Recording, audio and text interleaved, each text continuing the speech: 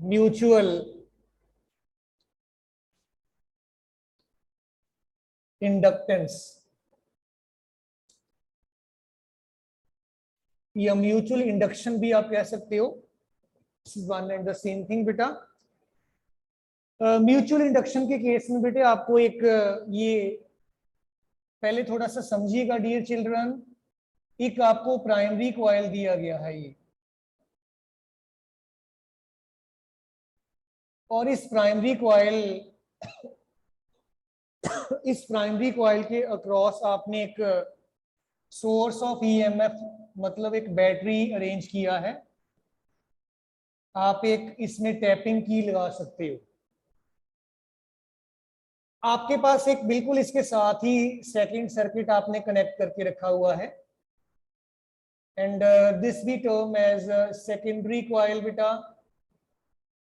इस secondary coil में आपने एक गैल्वेनोमीटर अटैच कर रखा है। Galvanometer is the device to बेटे डिटेक्ट द करंट। जब आप इसमें से करंट को पास करवाओगे प्राइमरी कॉइल में से, प्राइमरी कॉइल को आप बेटे P1 P2 दो टर्मिनल्स हैं आपके प्राइमरी कॉइल के, और सेकेंडरी के S1 और S2 आप कह सकते हो बेटा। जब आप इसमें से करंट को फ्लो करवाओगे प्राइमरी में से, आपका current flowing in the primary that may be called as IP।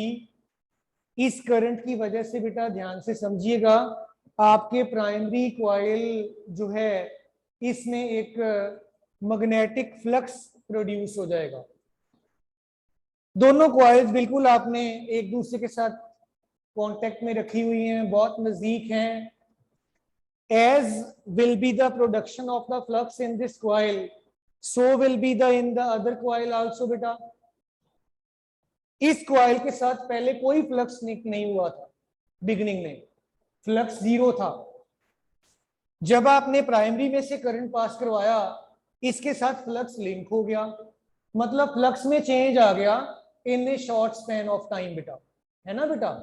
और आप जानते हैं कि जब फ्लक्स में चेंज आएगा तो आपको rate of change of flux EMF दे देगा। आपके सेकेंडरी सर्किट में एक ईएमएफ डेवलप हो गया, और अगर ईएमएफ डेवलप हुआ है तो करंट भी होगा। अल्टीमेटली बात कहां से हमारी शुरू हुई थी? इसमें से करंट से। जब आप इसमें से करंट फ्लो करवाओगे, आपके सेकेंडरी के अक्रॉस एक करंट इंड्यूस हो जाएगा, और वो करंट आपका जो है बेटा वो इस करंट के ऊपर डिपेंडेंट है, प्राइमरी के अक्रॉस जितना भी करंट है। या आप ऐसे भी कह सकते हो कि जो आपका flux across the secondary coil है बेटा, it is dependent upon the current flowing through the primary coil. So अगर अदरवाइज मैं डिफाइन करना चाहूं म्यूचुअल इंडक्शन को बेटा, it is defined as the phenomena of production of, देखिए दो चीजें प्रोड्यूस हो रही हैं बेटा, इंड्यूस्ड ईएमएफ भी और फ्लक्स भी आपका सेकेंडरी सर्किट में। So it is defined as the phenomena production of बेटा induced EMF in the secondary coil due to the change in current in the primary coil बेटा, या नेबरिंग कॉइल भी आप कह सकते हो, नेबरिंग कॉइल भी लिखा हुआ हो सकता है। आई मीन टू से मैथमेटिकल टर्म्स दैट बेटा आपका जो सेकेंडरी के अलोंग फ्लक्स है, अगर बेटे फ्लक्स है तो तभी ईएमएफ होगा, नहीं तो ईएमएफ हो ही नहीं सकता। ये फ्लक्स आपका डिपेंडेंट है करंट इन द प्राइमरी पे बेटा, और आपका जो flux in the secondary coil है constant of proportionality called coefficient of mutual induction multiplied by your current along the primary beta. So dear children, आपका coefficient of mutual induction phi across the secondary and the current across the primary इस बेटा ratio के बराबर आ जाएगा। और आप यहाँ पे इसको डिफाइन भी कर सकते हो कि अगर आपका प्राइमरी के क्रॉस करंट 1 यूनिट है देन बेटे coefficient of mutual induction is numerically equal to the magnetic flux develop across the secondary coil बेटा। This is one way. Repeat कर रहा हूं बेटे, फिर से देख लीजिएगा एक बार। जब आपका प्राइमरी के क्रॉस करंट जो है ये 1 यूनिट होगा तो म्यूचुअल इंडक्शन का कोफिशिएंट फाई एस के बराबर आ गया बेटा जी। अब हमने बेटा बात करनी है in terms of induced EMF की। इंड्यूस्ड ईएमएफ आप कैसे बात कर सकते हो? Induced EMF across the secondary coil जो होता है this is minus d phi secondary upon d t होगा। ध्यान दीजिएगा, सेकेंडरी कॉइल में जितना भी ईएमएफ होगा बेटा it will be due to the magnetic flux change. आपका कितना आता है सेकेंडरी के across, it will be equal to that. So ES will be minus ddt of your phi S. आप यहां से लिख सकते हो एम इंटू आई पी के बराबर है ये बेटा, राइट। एम को आप बाहर एडजस्ट कर लीजिए। आपका सेकेंडरी के क्रॉस जो ईएमएफ है it is minus m d i p upon d t कह सकते हो बेटा। और आपका जो है बेटा m this is also equal to then EMF and divided by magnitude of this current d i p upon d t as such. अब और ध्यान दीजिएगा, अगर आपका rate of change of current across the primary 1 unit होगा तो coefficient of mutual induction जो है that will be equal to the induced EMF developed across the secondary coil, right बेटा। एक बात हमेशा याद रखिएगा, आपका जो कोफिशिएंट ऑफ म्यूचुअल इंडक्शन है we can measure it in henry बेटा। हेनरी इसका स्टैंडर्ड यूनिट है तो आप इसको हेनरी में मेजरमेंट आप इसका बेटे कर सकते हो। और आपको ये ऑलरेडी पता भी है 1 मिली हेनरी 10⁻³ हेनरी होता है एंड 1 माइक्रो हेनरी 10⁻⁻6 हेनरी के बराबर होता है। तो यू आर टू कीप बेटा this thing always in your mind बेटा, राइट बेटा। इसके बाद हमारे पास बेटे बात आ जाती है coefficient of mutual induction between the two long coaxial solenoids बेटा। दो कॉइल्स हैं आपको दी गई, उनका म्यूचुअल इंडक्शन आप कैसे निकाल सकते हैं? लेट अस बेटे concentrate upon that as such बेटे। सो लेट अस है बेटा mutual inductance across the two coaxial coils data. Let us discuss this. Coefficient of mutual induction या inductance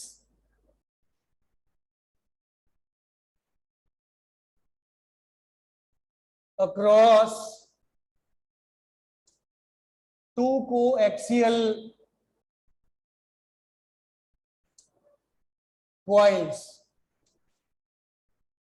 to coaxial current carrying भी लिख लेना साथ में,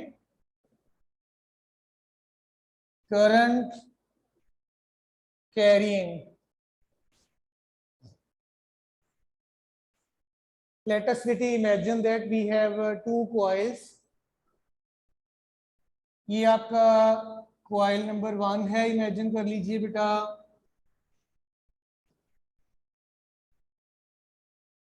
और इसमें N1 number of turns per unit length है बेटा।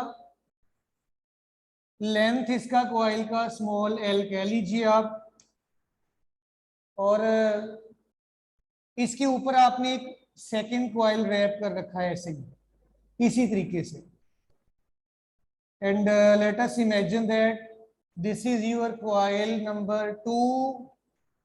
इसमें number of turns per unit length n2 के बराबर है, एरिया ऑफ क्रॉस सेक्शन दोनों का a ही है, लेंथ भी बराबर ही है, l ही है, और आपने मान लीजिए कॉइल नंबर 1 में I1 करंट पास करवा दिया, 2 में से आप नहीं करवा रहे।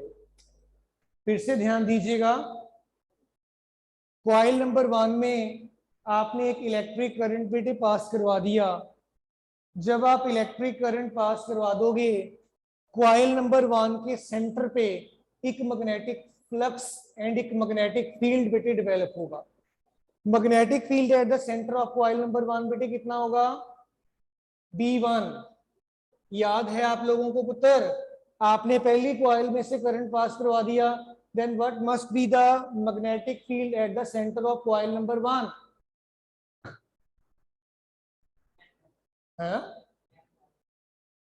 Mu naught into n into i, है ना बेटा। सो आपके पास आ जाएगा म्यू नॉट, एन की जगह n1 कर लीजिए, because number of turns per unit length n1 के बराबर है, एंड करंट इज बेटे I1। तो we in this manner can manage this बेटा।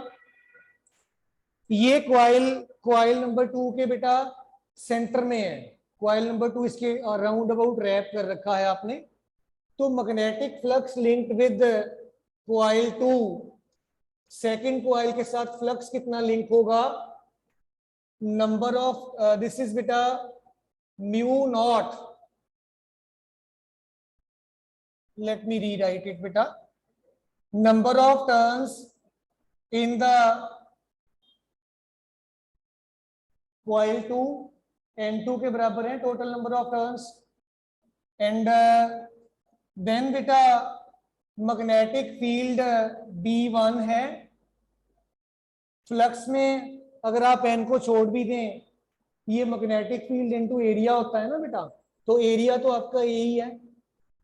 अगर एक टर्न लोगे तो आपका B1 इंटू A आ जाएगा, अगर टोटल टर्न्स लोगे तो n2 into B1 into A आ जाएगा।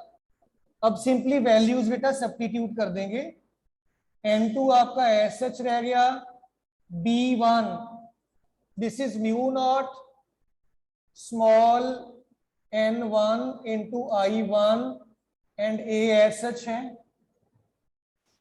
n1 को थोड़ा सा एडजस्टमेंट कर सकते हैं हम बेटा, आप जानते हैं n1 आपका total number of turns per unit length होता है। You can substitute it over here in this manner. We must be having that the magnetic flux phi2, this is beta, then mu naught को मैंने आगे लिख लिया, n1 n2 भी आ गया, then A into I1 upon L, जरा check करिएगा यही है। Let me call this as equation number 1 बेटे। इसके बाद आप अच्छे से जानते हो, according to the concept of our mutual induction, that flux across the secondary coil, हमने अभी अभी कहा था it is M into I across coil number 1, right. यही था ना आपका म्यूचुअल इंडक्शन बेटा। तो अब आप इक्वेशन नंबर 1 और 2 को बेटे कंपेयर कर दो। कंपेयरिंग 1 and 2 बेटा, आपके पास MI1 this is equal to mu not N1 N2 into A into I1 upon L, I1 is getting cancelled, and आपके पास बेटा coefficient of mutual induction between the two long solenoids और two coils, M आपके पास बन गया mu not N1 N2 into A upon L बेटा। ये आपका म्यूचुअल इंडक्शन दो कॉइल्स के बीच में बन गया। बात नोटिस करने वाली ये है, ये डिपेंडेंट है दोनों कॉइल्स के टोटल नंबर ऑफ टर्न्स कितने हैं, कॉइल का लेंथ कितना है, कॉइल का एरिया कितना है, डायमेंशंस पे भी डिपेंडेंट है। So always keep this relationship in mind while attempting the numerical problems बेटा, then आपको कोई भी दिक्कत नहीं आएगी। एक छोटा सा कंसेप्ट बेटे म्यूचुअल इंडक्टेंस के साथ रिलेटेड हमारा और पड़ा है, let us finish that also बेटा। म्यूचुअल इंडक्टेंस या म्यूचुअल इंडक्शन की अगर बात करें, अगर आपके दोनों कॉइल्स बड़ी नजदीक हैं तो we always say that the coupling is very tight, और अगर दूर दूर हैं we say that coupling is बेटे वेरी लूज। आइए देखें बेटा, आपके पास बेटे लेट अस हैव कपलिंग। आपके पास बेटा एक तरीका ये है, प्राइमरी कॉइल इधर है, सेकेंडरी कॉइल आप इस तरफ ले सकते हो, this is one way. Primary coil आपका इधर है, you can have secondary coil in this way। Third आपके पास वे हो सकता है, आपका प्राइमरी कॉइल ये है, सेकेंडरी आपने इधर लिया, it may be the third possibility बेटा। लेट बेटा कॉइल नंबर 1 जो है आपका, इसका coefficient of self induction L1 है, इसका L2 है, L1 L2 L1 and L2 आपने मान लिया। इनका जो कोफिशिएंट ऑफ म्यूचुअल इंडक्शन है दोनों कॉइल्स के बीच में, लेट इट बी बेटे कैपिटल M। एक्सपेरिमेंट परफॉर्म करके देखा गया है कि जो कोफिशिएंट ऑफ कपलिंग है जो K है, this is equal to M upon L1 L2 square root. Here K is called बेटा कोफिशिएंट ऑफ कपलिंग बेटा, और K की वैल्यू जो है 0 से लेकर 1 तक बेटा कोई भी हो सकती है। अगर K आपका 0 हो दैट विल इंडिकेट दैट कि आपका बेटा जो कपलिंग है दैट इज बेटे very loose coupling, and otherwise आप ये कह सकते हो कि अगर K आपका 1 है, this is the case of tight coupling बेटे। If K happens to be 0, the coupling is very loose coupling। अगर K 1 है, it is with a tight coupling। हमेशा याद रखिए, अगर आप चाहते हो कि आपका सारे का सारा मैग्नेटिक फ्लक्स एक कॉइल का दूसरी कॉइल से लिंक हो जाए तो आपको टाइट कपलिंग करनी चाहिए। अगर आप चाहते हैं कि सारा फ्लक्स लिंक ना हो, the coupling must go loose बेटा, अदरवाइज थोड़ा बहुत लॉस बेटे हो जाया करता है, और आपका K का न्यूमेरिकल वैल्यू 0 से लेकर 1 तक कोई भी वैल्यू अज्यूम कर सकता है। इस केस में K कम होगा, इस केस में K ज्यादा होगा, इस केस में K इससे ज्यादा बट इससे कम होगा, डिपेंडिंग अपॉन कि आप कैसे इनको ओरिएंट कर रहे हो।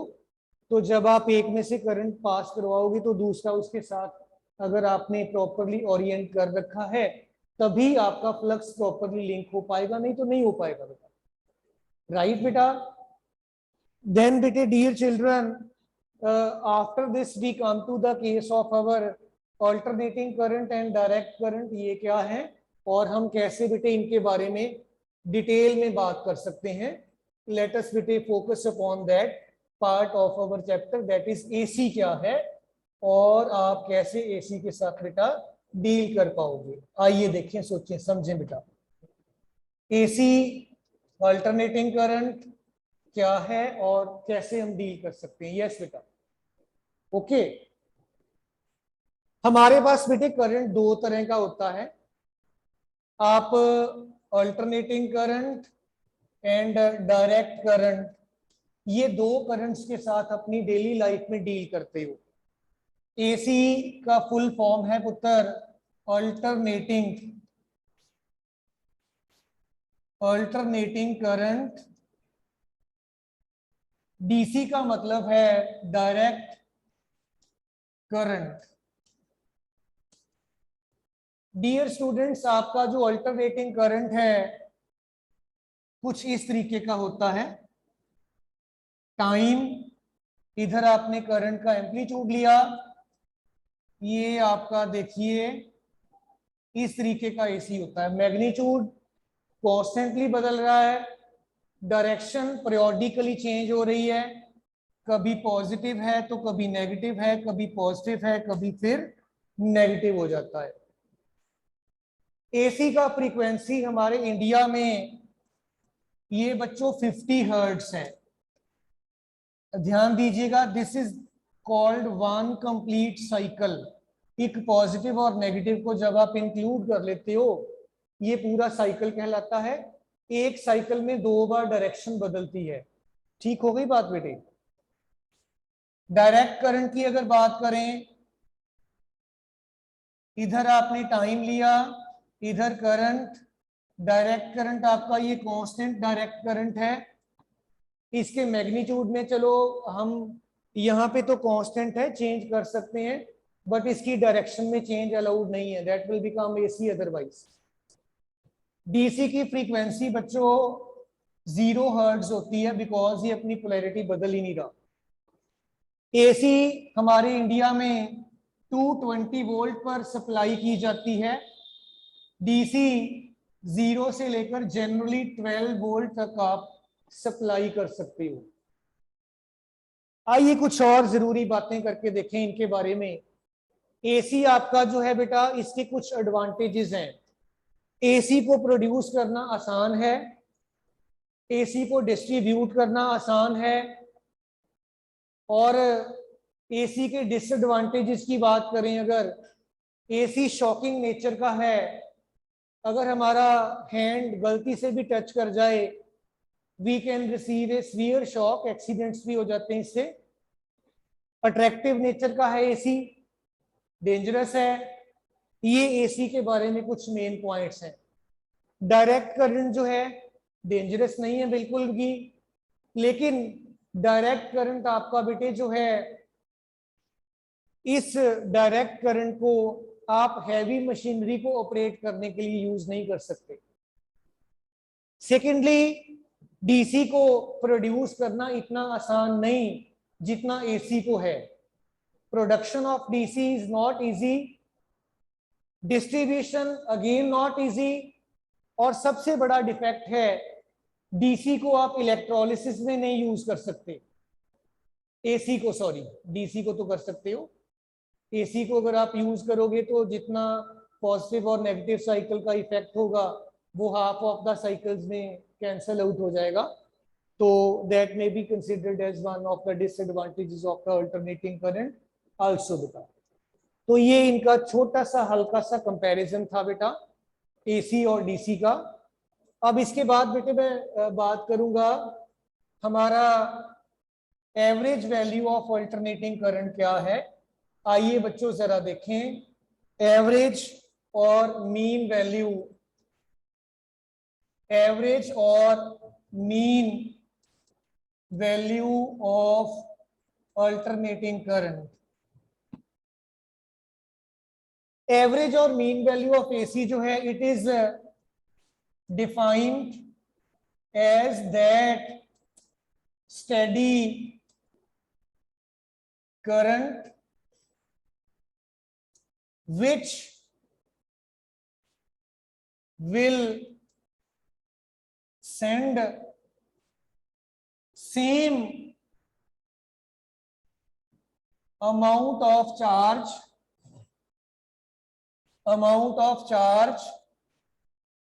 in a circuit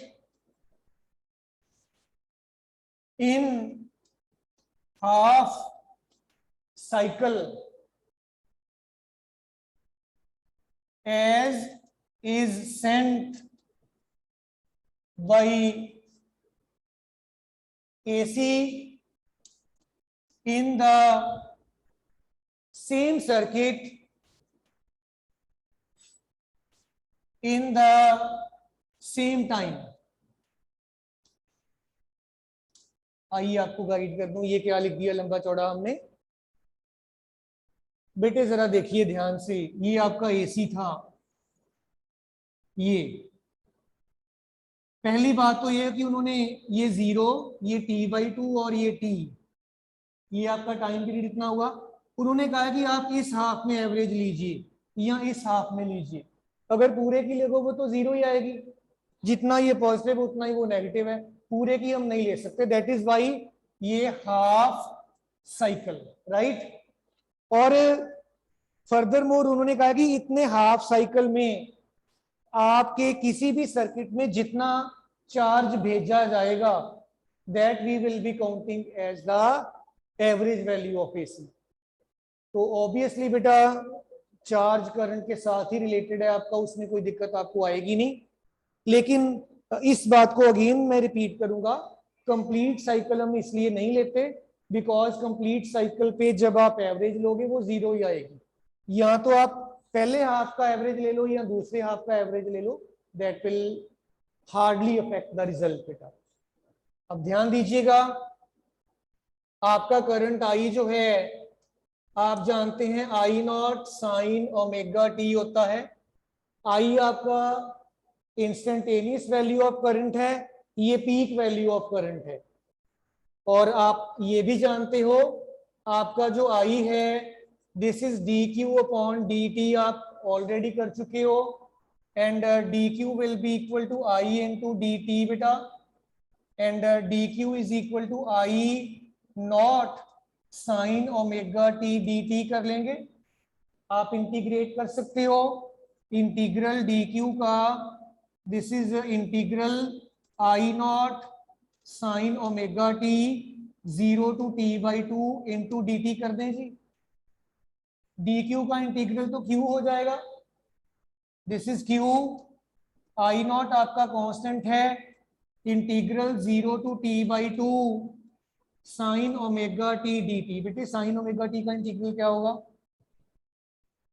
integral of sine omega T, बोलो पुत्र। It is minus cos omega T upon omega, ठीक है। और लिमिट्स आप पुट कर सकते हो 0 to t/2। आइए देखें, Q is equal to minus I naught upon omega cos omega t 0 to t/2 बेटा। ओमेगा को 2π/t लिख लें, 2π/t cos 2π/t into small t 0 to t/2 बेटा। चेक करिएगा जरा, ऐसा है। एंड देन बेटा वी कैन डिस्कस इट